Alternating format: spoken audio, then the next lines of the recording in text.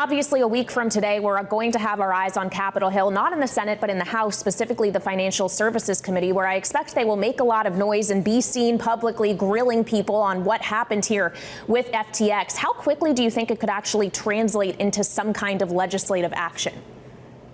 If you're talking about bills, obviously there are already a couple of major bills out there. But if you're talking about action as far as something making its way through Congress and becoming law, I still think we're several months away from that. I mean, maybe more. I'd be a little surprised if we actually saw Congress pass a law before mid-2023. That would be actually pretty good for the way that Congress works. Of course, if you have another blow up, another implosion, some big crisis, that could accelerate the pace a little bit, but I feel like there's still so far from a final finished product that it's still a long ways off. We have to obviously figure out what happened first, right, Ian? And a lot of people have theories, and there have been tons of allegations, but we don't really know exactly. We haven't seen the evidence. Nonetheless, there are already a number of regulations against things like theft and fraud. What more can we expect, for example, Gary Gensler and the SEC to do?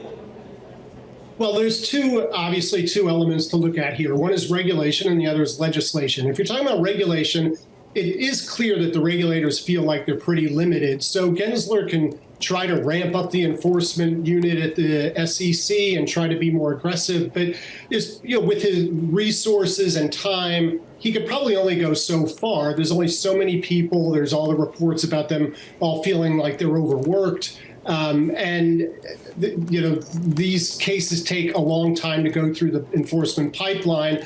And the CFTC isn't even making the claim, really, that they're overseeing securities. So they could maybe try to get more aggressive as well. But I think it's sort of marginal to moderate what the regulators can do.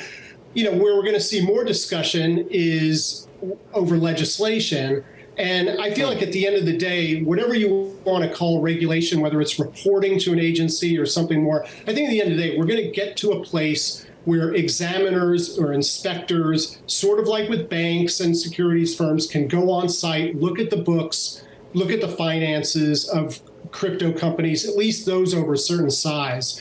And that will be what will make people feel like something like FTX is much less likely to happen again. I think that's the direction we're going to go in, but I think it's going to take a while to get there. Ian, if you were to think about how this is going to change just the overall mood in Washington when it comes to crypto, obviously Sam Bankman-Fried had the ear of many people on Capitol Hill. He was an influential political donor. I'm assuming this has left a bad taste in many people's mouths. Do you expect the environment to be less friendly overall as a repercussion of this episode? Oh, yeah, absolutely. And I think right now you're seeing the Democrats who, especially those who've been skeptics of crypto, doing the I told you so. And then I think there's still a group of, some Republicans and some Democrats, of those who are generally more favorable toward the industry. They're a little bit, they're trying to be quiet. They're not saying that much so far. But I think, they're not at this, if you take a look at this like it were the stages of grief, I don't think they're quite at the acceptance level yet. They're sort of trying to ask questions. We saw that in the Senate Agriculture hearing last week, more questions than pronouncements and recommendations. I think they're still there. So, but, long story short, we're getting to a place where everybody's going to be a bit more skeptical of the crypto industry, whether they say so publicly or not.